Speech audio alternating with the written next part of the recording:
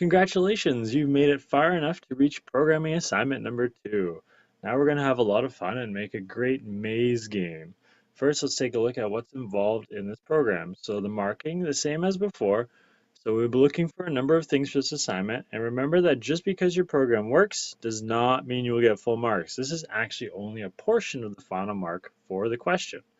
So we're looking for your style with your documentation, your structure, and your decisions based on your different headers, variables, internal comments, white space, how you're naming your variables, that sort of thing, any descriptions that are needed.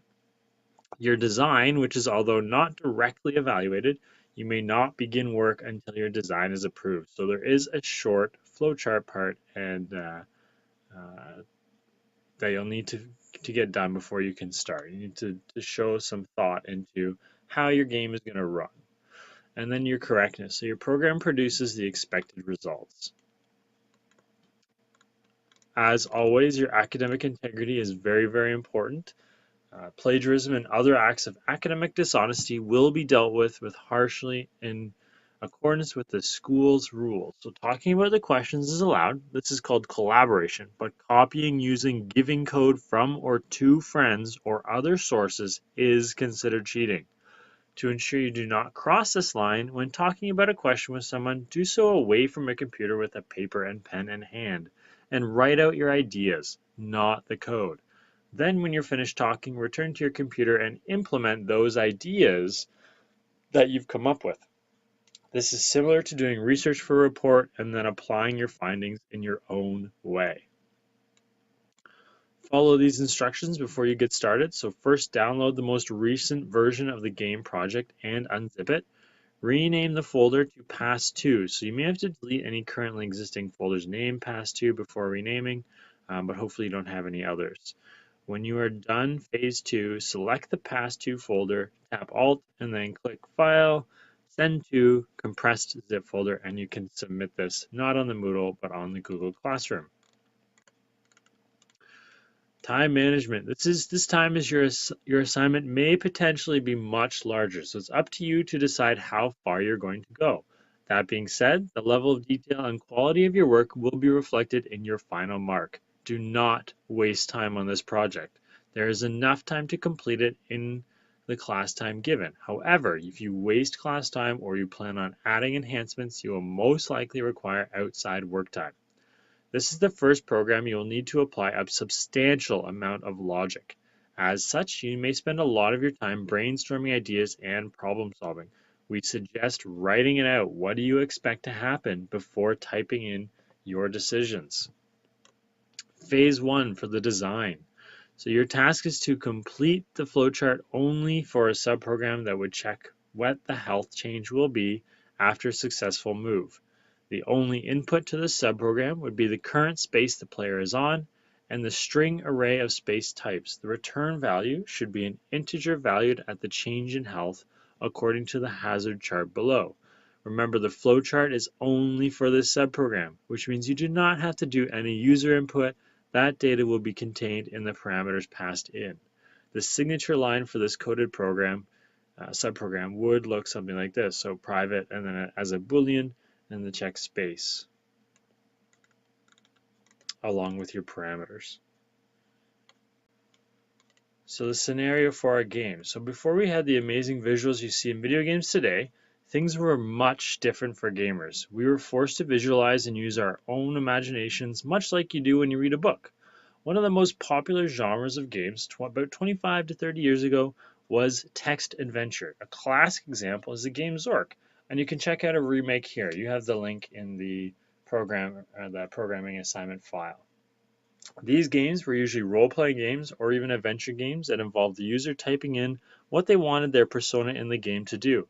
Something like knock on a door, or look in a mailbox, or pick up a shovel. As a user, you had to be precise, as the game can only recognize so many commands, and most of the time you had no idea what those commands would be. But as a programmer, they had to make their game flexible enough that the user could type in nearly anything. Yes, even for the usual profanities and slurs that all people would inevitably type in when they got frustrated with the game. You'll be creating your very own text adventure game. The user's objective of your game will be to get from the start of a maze to the end of the maze, but they will encounter various dangers on the way. Your basic requirements do not require any visuals other than text. If you choose to enhance using the graphics lessons made available prior to this assignment. Some general requirements. You're going to start at this website, glassgiant.com/maze, and generate a maze with 5 rows and 5 columns with a size of 20 and make it very difficult. Repeat this step until you get a maze that you like. The green circle will be your starting point and the red square is your finish. So you need a picture that looks something like this. Click on the Generate a Maze to take you to a page of just that image, and then you want to save that image into your project folder. If you cannot right-click, take a screenshot of it by clicking on the print screen button on your keyboard. Then you can open Paint or Photoshop and paste it in using Control V. And then just copy out the part that you need or crop it. Create a program where the user only has 4 input options. So you're going to actually tell them what the possible input options will be. It'll be up, down, left, and right using the arrow keys. So their goal is to get from the start point to the end point without dying and in as little time as possible. The user starts with 100 health points, 100 seconds, and on the start space in the generated maze. The user will lose health by moving on top of a hazard space. The user will gain health if they are lucky enough to land on a health pickup space. If the user runs out of time or their health drops to 0 or they die, if that gets less, then they die and the game is over. When the game is over, the user is informed of the results and asked to play again. The start and finish are manually assigned to certain spaces, which is decided by the maze you created. You will randomly assign a hazard, a health pickup, or empty space to the remaining spaces.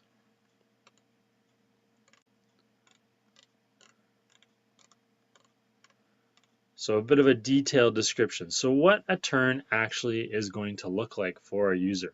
So a turn sequence as seen by that user. There's 4 steps. So at all times, the user can see the following information in a user-friendly format. So what space they're currently on, how much health they have left, how much time is remaining, and what happened as a result of the previous move. So did they land on an empty space? Did they land on a trap and they lost some health?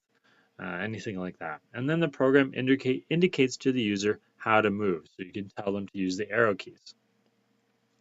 The user tells the program how they want to move, so up, right, down, or left, using the arrow keys. And the program attempts to make the move and reports the results and consequences of that attempt on the screen. The program will then inform the user if they lose due to complete loss of health, if they're out of time, or if they won due to landing on the finish space. All other statistics will be updated, such as the space number, the health, the moves made, etc. You can already tell that there's going to be some subprograms. So your move consequences. So if you move into a wall, then you stay on the same space, your health doesn't change, and you should have some sort of message that says you ran into a wall and a possible loss. Okay, so you've lost a move if there's a certain number of moves. If you move on to an empty space, then you update the space value, the health stays the same, and there's nothing of importance. Okay, so nothing has changed.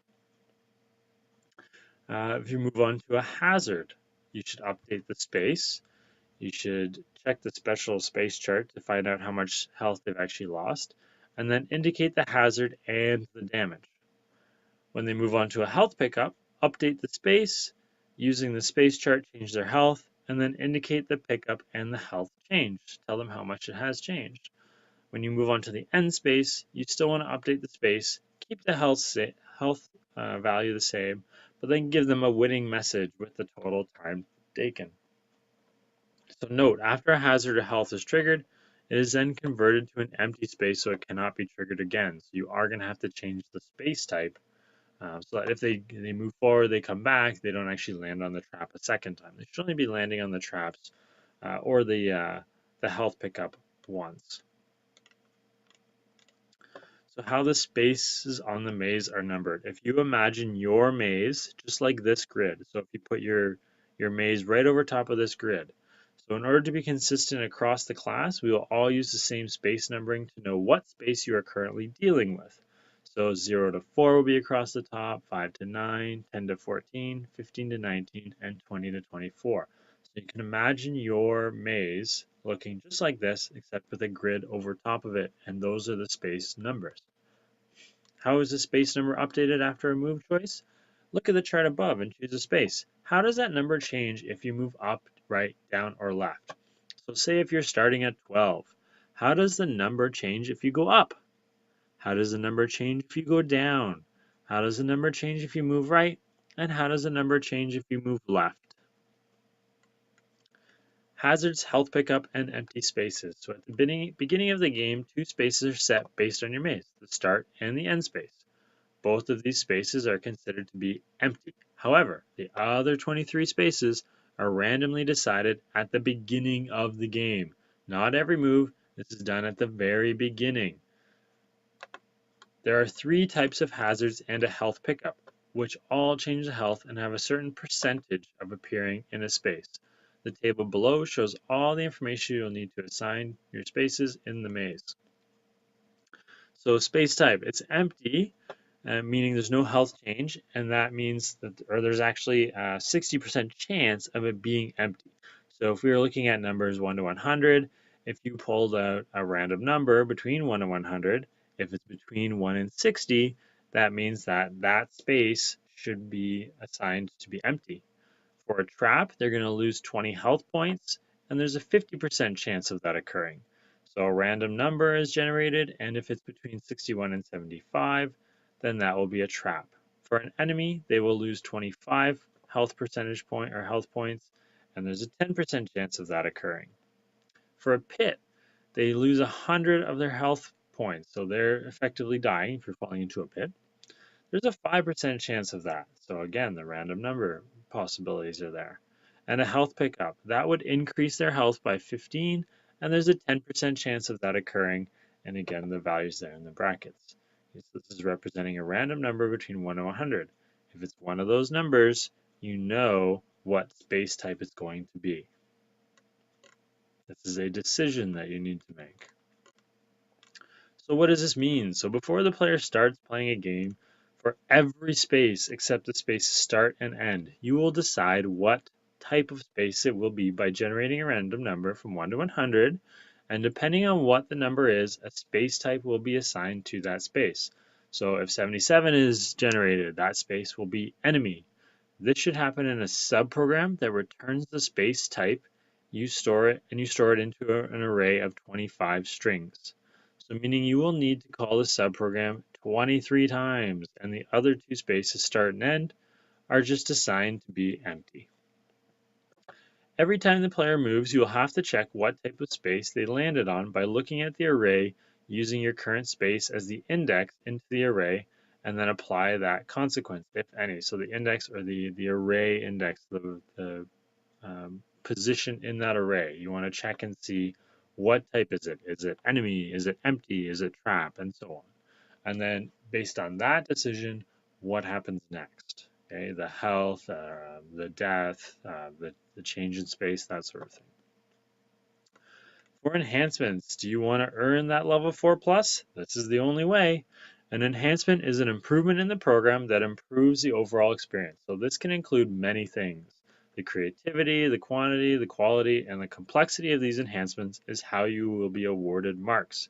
Below is a list of the possible enhancements. Do you feel limited by this list or do not feel limited by this list? If you have other ideas, use them. Do you have to do all of these enhancements to get perfect? Not necessarily. The quality of the enhancement itself can sometimes be enough. Some extra notes. Subprograms, arrays, and constants. Your program needs to make good appropriate use of subprograms you create as well as event subprograms. To do this, remember subprograms should be used for both readability and reusability purposes. Any collections of related data should use an array. It is expected there will be no magic numbers, with the common and small +1 exceptions. So be very careful of plagiarism in this portion of the assignment. Yes, you may research on the internet and learn how things are done, but do not simply cut and paste code from the internet. This is cheating and you will be dealt with accordingly. Any questions? Please let Mr. Finley know.